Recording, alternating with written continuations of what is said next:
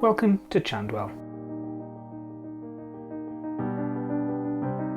My name's Michael, and this is the second of a three-part series in which I show how I made the largest of Chandwell's station buildings. Many thanks for all of your comments on part 1. A couple of you mentioned that it was hard to appreciate the size of the station, so I thought I'd show you that in N scale, this station is very small indeed. So here are a few shots of the station which should hopefully show you the true size of it.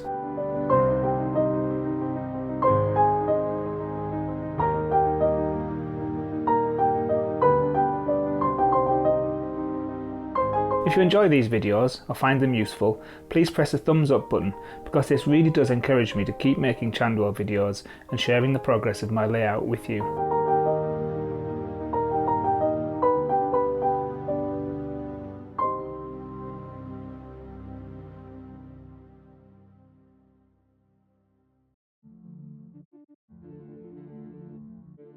At the end of part 1, I showed you the interior of Pippa's pantry with its tiny little tables. I completed the look of Pippa's by putting some pink net curtains in the lower part of the windows. This speaks to me of greasy calf and chintz and should hopefully set the scene nicely. Next door, in the Visit Chandwell tourist board, I placed more of the Chandwell posters in the windows. The camera can even make out the photo of the Weir pub, even if my eyes can't. I based the windows themselves on those at Chester Station, and I used sticky address labels on birthday cake box to make them. I made a video of this sticky label technique for windows, and I've linked to it at the end of this video. I saved the front windows for last, and by this time I was finally getting quite good at hand cutting 0.2mm wide curved frames using only a scalpel. I'm over the moon with how nicely they have turned out. I stuck some of Pippa's curtains to the back windows too, and I made sure I did this double-sided so that they look right on the insides as well as the outside. Once the windows and the interior decoration were in place, I used plenty of PVA to glue on the ceiling. Turning the building over, I added the front. I added a strip of stone texture to represent the inner face of the parapet, and then used clamps and a right angle magnetic clamp to keep everything in place whilst the glue set. I had a bit of a challenge at the vanyard end. There was no building interior to keep this all square, and there wasn't even any ground because these walls were designed to sit on top of the station concourse that was already in place. It's quite long, and the card was already starting to bend quite a lot at this point. I added the inner face of the wall and then used clamps to keep everything as straight as possible while the glue dried. I intended to have the vanyard covered in 3 glazed hipped roofs, so anything that I did here would be on display. I cut a kind of grid out of card and strengthened it with card strips which would eventually represent steel girders. I would mount this on top of the inner walls, and it would both strengthen the overall building as well as provide a base for the glazing. The quality of my assembly proved to have led to a 1mm discrepancy which I had to slice away, leaving an extremely thin join for the front wall. I was a bit worried at this point. I thought I might have ruined it, but thankfully it all turned out okay. I glued the roof grid to the building along with the front piece which had a stone back added to it. I used a steel rule with my clamps to try and keep the wall straight while the glue dried.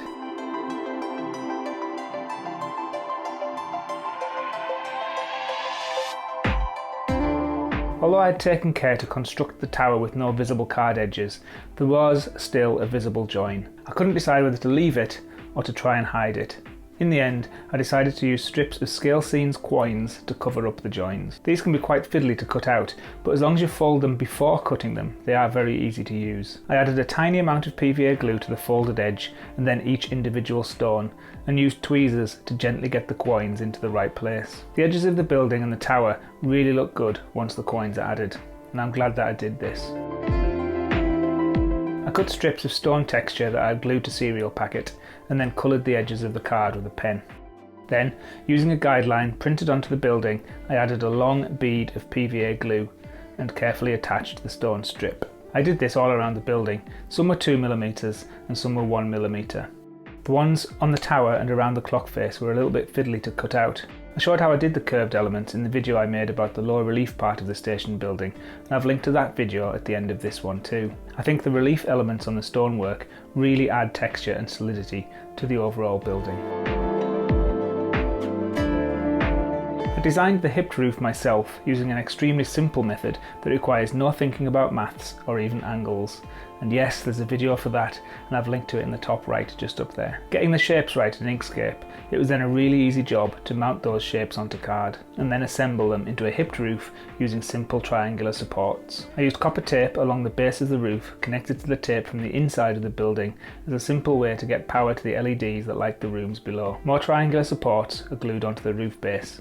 I used more than was probably necessary, but I didn't want the roof to sag. I made sure I cut a notch to go around the part where the tower is set back into the main building. And I love it when my measurements work out. It dropped absolutely perfectly into place. I used the exact same technique for the pyramid roof at the top of the tower. A pyramid is just a hipped roof without a ridge, so the same technique for getting the triangles the right shapes worked really well here. I used red tape to hold the roof together while the glue set.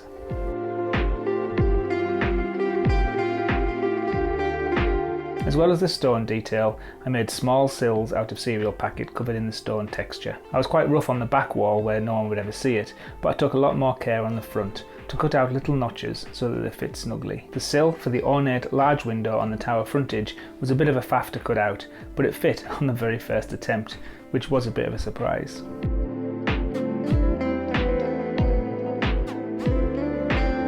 Once everything was in place on the building, it was time to glue it down. I always glue my buildings to the baseboard because I feel that this makes it easier to embed them into the landscape. I ran Oohoo around the base of the building and making sure it was in alignment with the tracks, glued it into place. It took a fair bit of wiggling back and forth until I was happy with its final position.